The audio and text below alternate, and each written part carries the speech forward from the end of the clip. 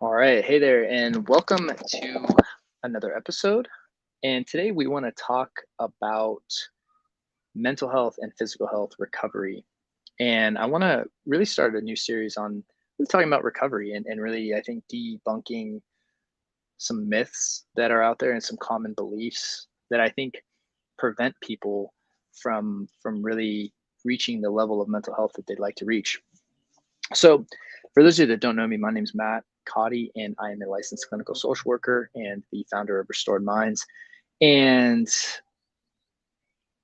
this episode, let's go ahead and start with the idea of physical health, because I think we understand physical health, we can understand mental health, and I think one of the things we do that's terrible in the U.S., the world, maybe, is we divide the two and we say, hey, um, physical health is this, mental health is this. If you have physical problems, you go here, and mental health here. And we've kind of divided this whole structure. You go to therapists or psychologists, and you go to certain doctors. Now, to be fair, like if you have a knee injury and you go to a knee specialist, like that's appropriate. And the same thing with mental health. But thinking that they don't somehow intersect and they aren't part of the same system is just not accurate. Because if you think about it, like, okay, well, if where do let's look at physical health. Most people, when you ask, like, okay, like, let's just ask what physical health is, right? And it's like we usually have our measurements, and we kind of like, oh, your height, weight, BMI, blood pressure, right? We measure our stuff, and if you're in a good range, you're healthy. And if you look at physical health, you say, well, how does someone achieve good physical health? And there may be various things the person does, but diet, exercise, all that stuff, is how the person kind of moves towards good physical health. And if you're at a point where you were really physically unhealthy, we would all assume and operate that you can get to a place where you are physically healthy. That is changeable. You are not stuck with poor physical health, right? It's just a matter of it's going to take some work, right? And you're gonna have to put in time and effort, and you're gonna have to make changes. And with those changes are gonna come results of being more physically healthy. If you work out more and you eat better, this will help improve your physical health. And the thing is we don't think that with physical health, you don't just reach the status of being physically healthy and just stop. Like, oh, okay, you reached physical health, congratulations. Now just go, and you don't have to worry about it ever again. It's like, no, it's something that you are constantly evaluating, constantly making adjustments on, and constantly maintaining. The thing is once you actually get to a place where you're physically healthy, it's much easier to maintain that than it is to go from a place of being very physically unhealthy to very physically healthy. In the same way with mental health, right? It's not that different. It's like if you are mentally unhealthy, one number one, that's absolutely doesn't mean that you can't become mentally healthy. I think that is like one of the biggest things that I want to challenge you just to start this series is this idea that if you are struggling with your mental health, that means you're going to struggle with it forever. It's not true, and it doesn't have to be true for you. It's like if you decide to believe that, well, then it's really going to impact your ability to put in and the work and make changes that you need to make to become mentally healthy. But it doesn't there's all sorts of various mental health challenges. So why can't you? You know, and so starting with that belief that it's like, hey, just because I struggle or am struggling or had struggled with mental health does not mean that that is one who I am, or that I have to continue to do that. That I can consciously make the decision to say, hey, I want to become mentally healthy. And I mean better, I want to become healthy, from a mental, emotional, physical, and spiritual aspect, right? Like really the four quadrants. But in this episode, we're just going to talk about mental health. So once you decide and really come to the conclusion that, hey, look, even if you are struggling with your mental health, or you have in the past, that you can become mentally healthy, then the matter is understanding, okay, well, how do you go about that?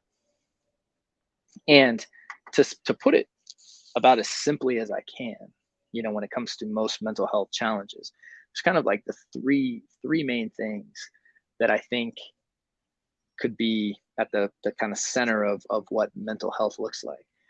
And the first is the idea of understanding yourself as something other than your thoughts and feelings. Now, I like to label this as the consciousness. Okay. And and you define it however you will, but consciousness is, the observer, the impartial spectator, the witness, right? However you want to call it for yourself, but just that witness consciousness, meaning I am noticing my thoughts and I am noticing my feelings by understanding yourself as something other than that, other than your thoughts and feelings, and understanding your identity. You actually have the ability to respond to your thoughts and feelings in ways that you can choose, in ways that align with your values and the life that you want to create and the health that you want to have. See, most people, they don't see themselves as something other than their thoughts and feelings. So if their mind says something or they feel something, they just immediately react to that thing, and therefore are kind of just, their life is a product of whatever their mind created that day. And that's the same exact way as someone who, if physical health, right, is just like, oh well, I felt like eating the cookie, so I did. Now we would look at that with physical health and we'd be like, well, yeah, dude, like you can't just follow around every impulse you have, right? Every thought that you have. That's not like a healthy way to go about living your life physically, right? For most of us, we can kind of understand that. It's the same thing mentally, right? I mean, the same thing. It's just a matter of understanding that, because your mind started trying to ruminate about this or this or this, or you wanted to analyze or you wanted to avoid or get reassurance or all the other compulsive behaviors. It's like you can't just engage in compulsive behaviors because you want to, or just because it feels good. In the same way, you can't engage in unhealthy physical behaviors because it feels good or you want to, right? We understand that there's going to be a long-term repercussions of those. If you're mentally unhealthy, it's not an accident. It didn't just fall upon you, right? Chances are you've had habits that you've engaged in for a long time that ultimately culminated in that. Same way with being physically unhealthy. If you're and again, this is not being critical, but if you're very physically unhealthy, where it's like, your BMI is like way out of proportion and all that, that doesn't just happen. It's a product of a series of daily choices, right, that ultimately get you to that place. Now oftentimes it's getting to that place that after, makes us problem aware that, hey, we need to make some changes. And then from there, there's a rework of adopting new habits, new behaviors, new strategies that will over time will get us to a new place. And that's how physical and mental health, really we can begin to look at it and how it works. So like I said, the first thing that we really want to look at is understanding ourselves as something other than our um, thoughts and feelings. Secondly, we want to move into removing all compulsive behaviors that we engage in, or all safety behaviors. And this is anything we do to feel better instantly, to check or to reassure, to avoid, to control, right? All these behaviors that we engage in, and there are a lot, mental and physical. This is what leads to poor mental health. And again, it might feel better temporarily, but again, if it makes you feel better temporarily, I would really put that to question as is that a behavior? And only you can really answer that. Is that a compulsive behavior? Is it a safety behavior? Because in the same way that, like, look, eating a cookie is not a bad thing. Cookies are great. I love cookies, right? Doing it every day, mm, doing it when I'm stressed, the context matters. And this is why understanding your personal compulsions and safety behaviors is so important, because you have to see it and understand why you do something. You have to understand it from the right context. And then finally, so along with understanding who you are as separate from thoughts and feelings, removing all the behaviors that you engage in, finally there's being mindful and being present. And this is where most people who wrestle with their mental health really struggle, is being mindful and present, because our mind's always off in the present, in the past or the future, analyzing, worrying, trying to control, right? And so like when you look at these three main categories, I mean, when you talk about just like where we want to start, kind of moving towards with mental health, um, that's where we want to start, at least setting some kind of barometer or measuring stick for ourselves. Now, yeah, there's a ton of other stuff that I can talk about here. But I mean, it's really about keeping it quite simple, right? Just kind of like we do with physical health. We don't like there's tons of stuff we can talk about. But first we want to kind of get our like baseline barometers and then just kind of our baseline measurements and just baseline levels of what it means to be healthy. And once we understand the difference between physical and mental, or I mean the similarities between physical and mental health, what you can begin to realize, if you're struggling with your mental health, that was probably a culmination of the habits and behaviors you've had in the past that led you to this point. But that does not mean that you cannot start changing your habits and behaviors today that will lead you to a much better point in the future. It's the same with physical health. And understanding that parallel is important, because if you're wrestling today, it doesn't mean it, like it might be hard. It might be a hard pill to swallow to say like, well, this is just that it was. A lot of people like the idea that mental health is this random occurrence that happens, and I would make the argument that it's a practice. And if you don't like that, that's okay. You don't need to take everything I say with a grain of salt, right? It's like it's not like, by no means am I right about everything, and I don't claim to be. But when we decide to really look at mental health as something that is within our capacity to improve, it also means it's in our capacity to regress in that category, just like physical health. And when we look at our physical health as something that we're responsible of, we can begin to look at our mental health as something we're responsible of, responsible for. I'm sorry.